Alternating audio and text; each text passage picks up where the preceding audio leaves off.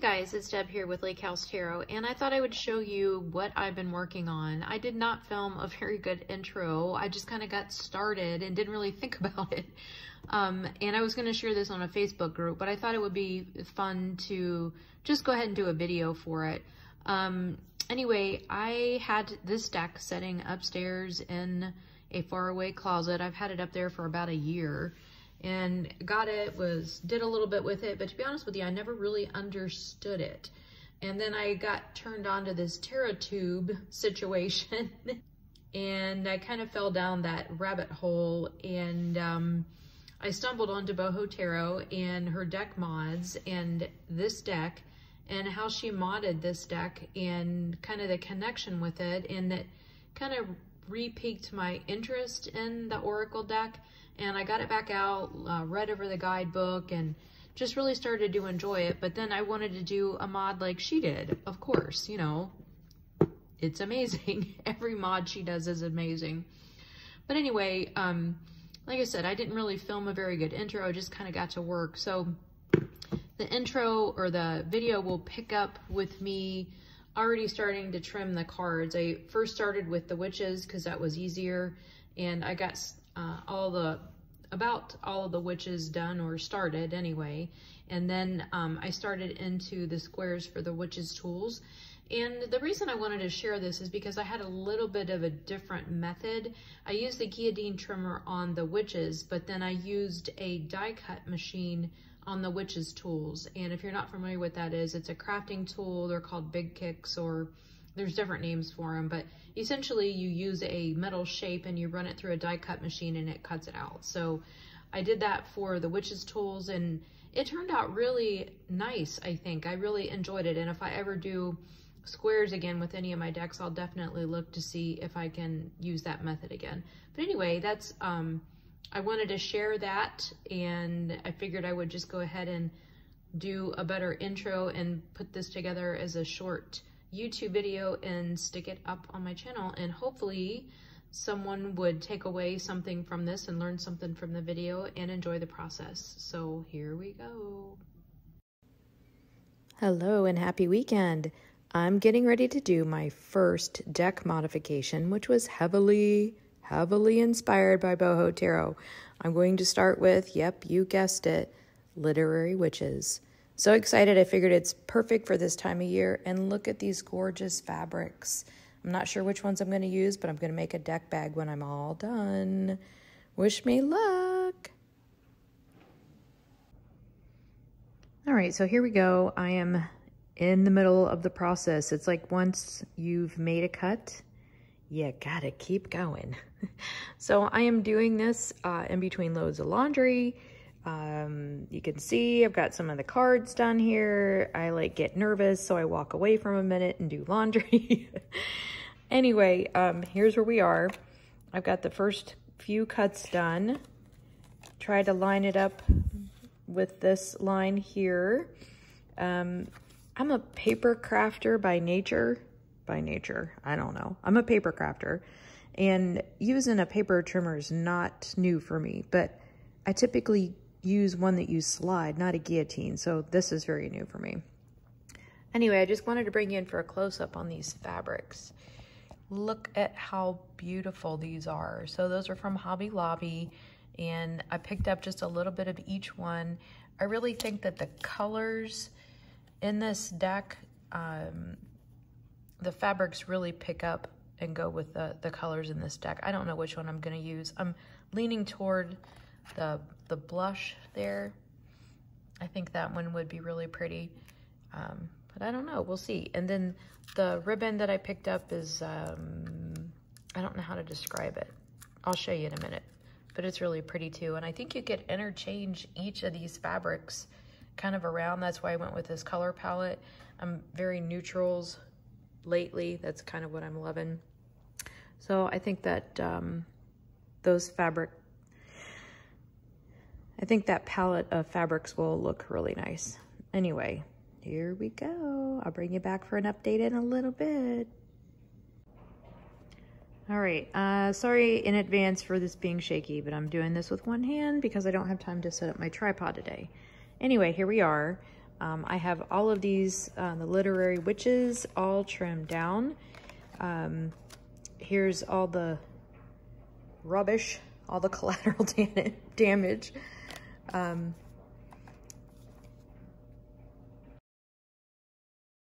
If I can give any advice on using the trimmer, I would tell you, practice first, measure twice, cut once, and this little guy was a lifesaver.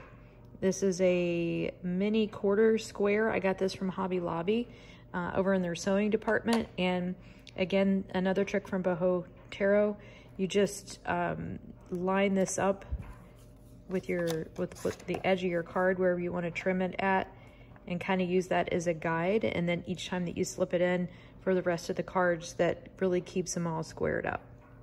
So I think this was $3, but Hobby Lobby was having a 50% off sale on all their things that are Sewology, which this is. So, you know, $1, big deal. It was great. It was really helpful. And then the paper trimmer, I don't think I mentioned it. I think it's We Are Memories Keepers. It's like $25. If you watch, you can get these things on sale too at Hobby Lobby. I just wanted to get started, and I didn't want to wait another 1 or 2 weeks to pick it up on the sale week, now that they've gotten rid of their 40% off coupon, which really, Hobby Lobby, that's like one of the things that people love the most about you and set you apart. But whatevs. So anyway, having said that, measure twice, cut once, use some old paper to figure out how the trimmer is going to work if you're using a guillotine. And when you put your card in and you have it lined up with where you want to cut it, hold down on this plastic piece here, the guard, hold down on that, and then use your other hand to engage the guillotine and bring it down. I did not do that the first couple of times, and my card like slid a little bit. It wasn't horrible, and I was able to recover it, but just some lessons learned if you're going to try this on your own. So yeah, all of these little guys are all cut down. I'm going to go grab my corner rounder and the ink that I'm going to use to ink the sides of these, and we'll be back. All right, so for the next part of the modification, we're going to work on the Witch's Tools cards. And again, inspired by Boho Tarot, I'm going to trim these down to a little small square size.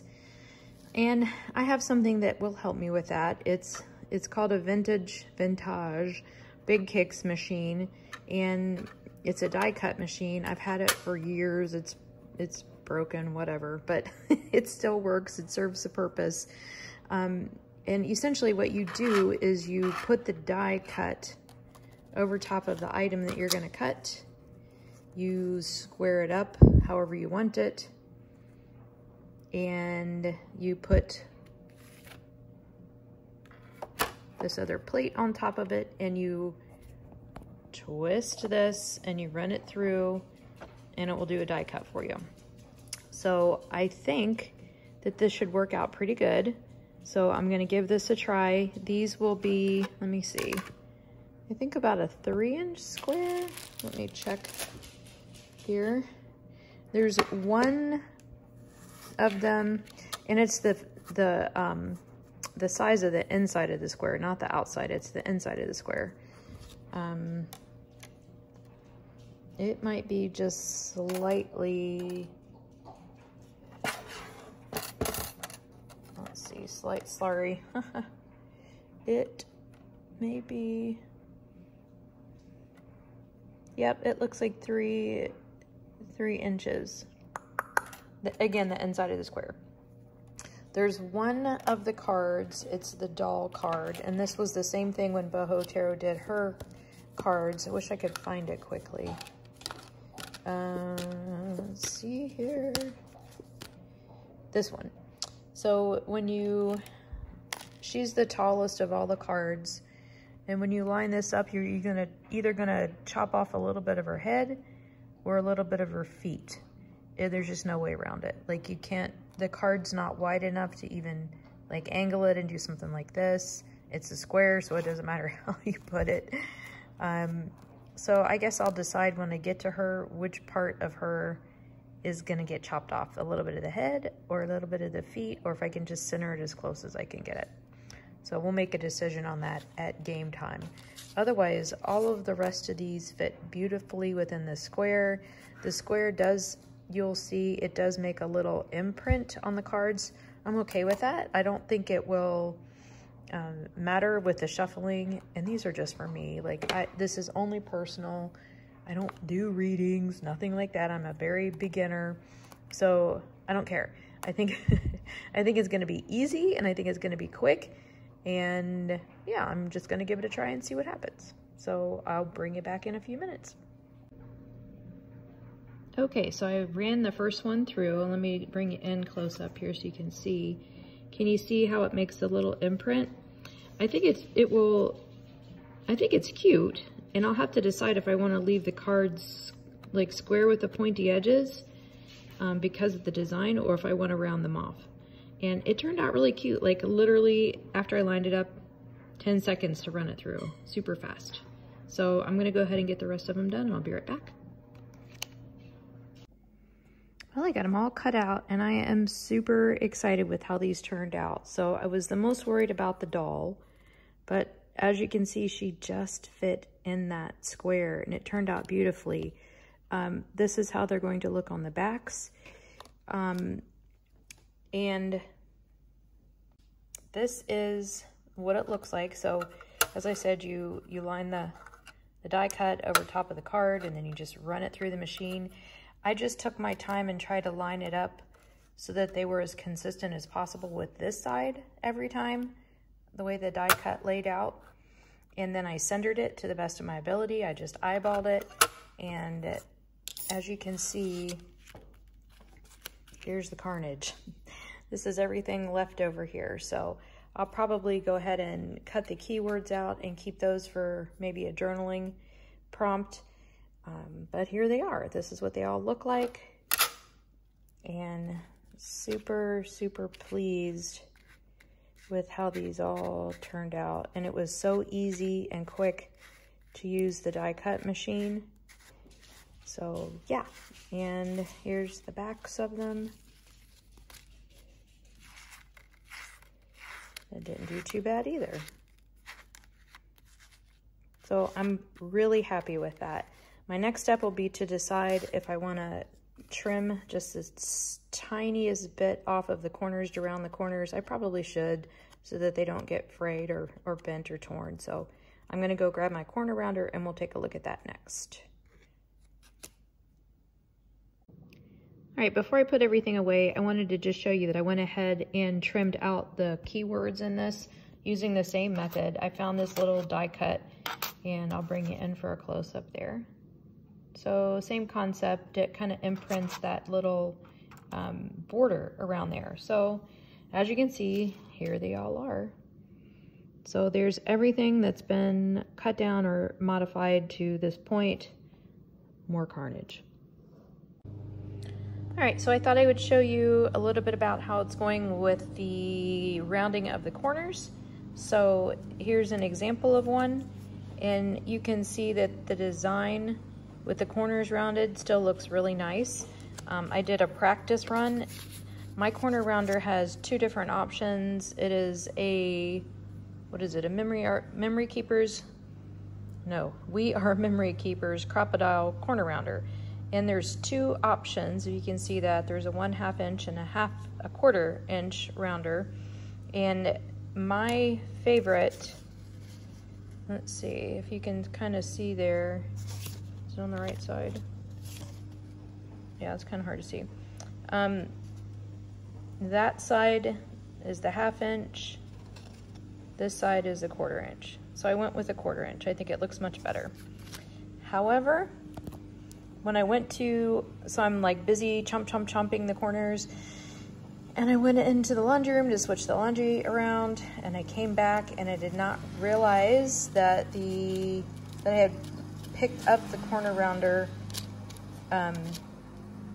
opposite.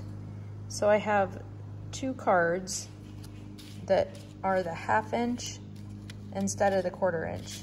And I'm not gonna lie, it broke my heart. But, you know, let that be a lesson. I don't know, maybe the little wolf was meant to be a 1/2 inch. I have no idea. But there's another one in here. I can't find it. There was 2.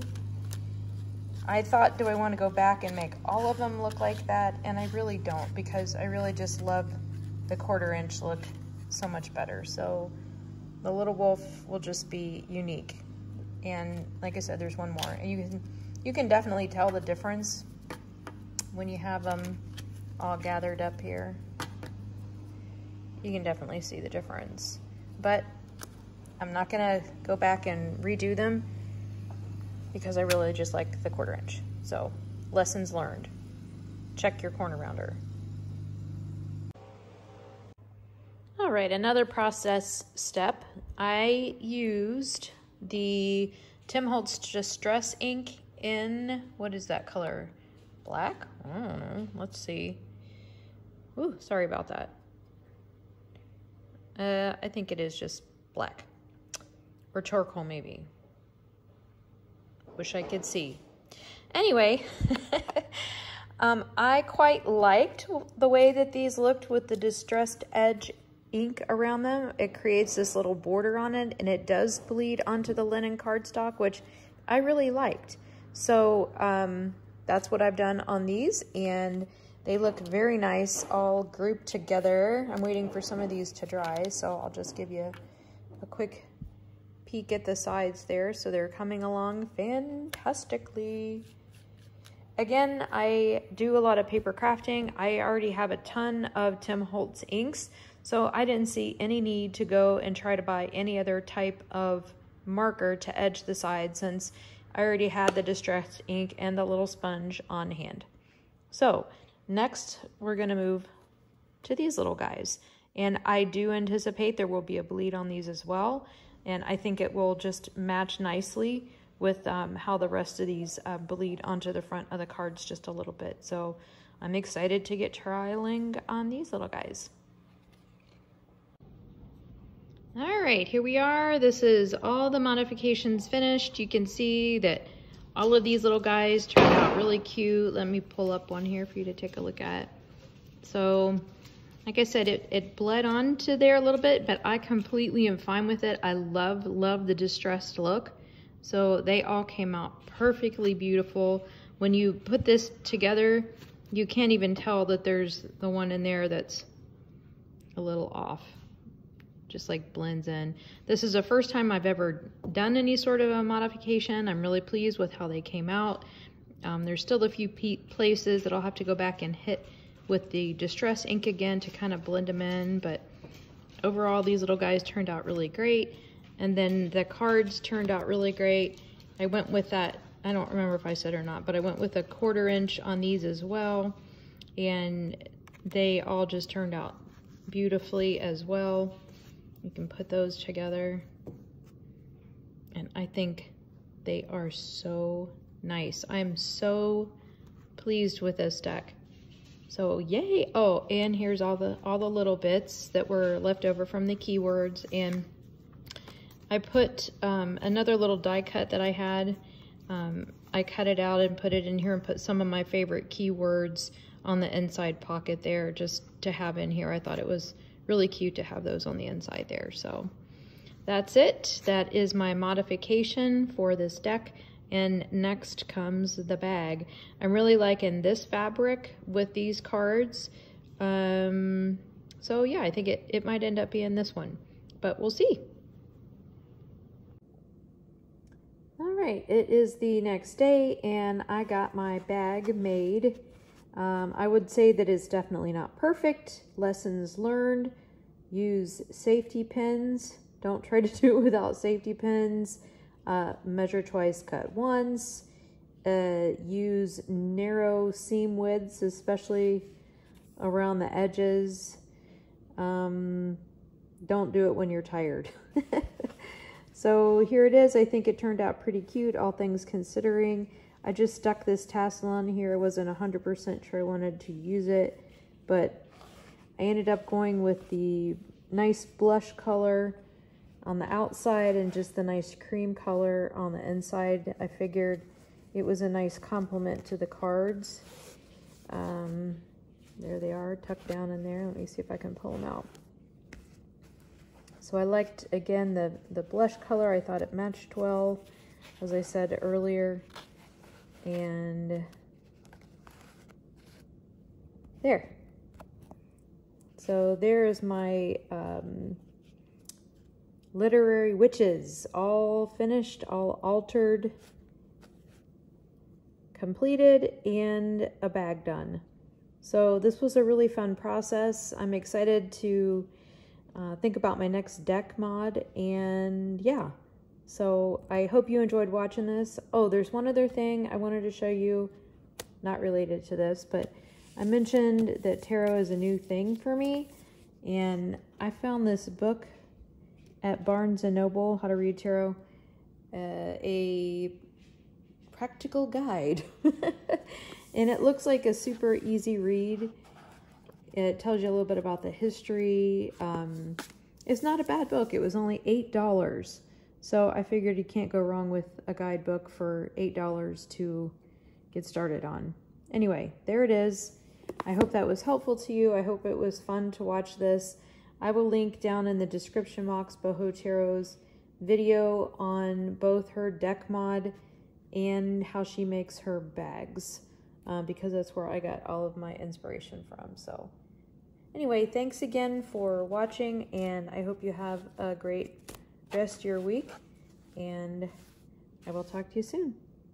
Bye.